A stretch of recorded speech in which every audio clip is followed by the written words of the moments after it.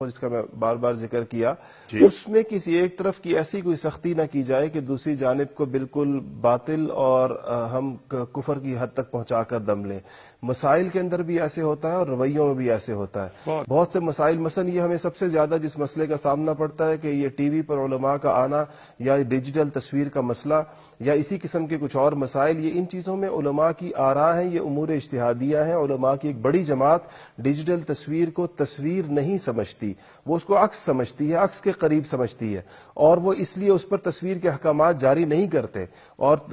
بعض علماء تصویر مجسمے کو سمجھتے ہیں، بعض علماء ایسی چیز کو تصویر سمجھتے ہیں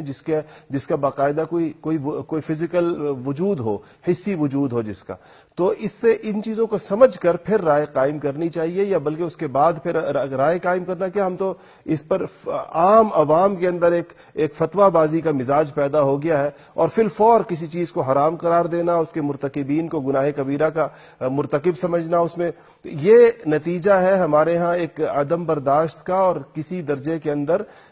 صحیح صحت مند رویے پیدا نہ کر سکنے کا، تربیت کے درست نہ ہونے کا۔ تو یہ اس پر ہمیں غور کرنا چاہیے اپنے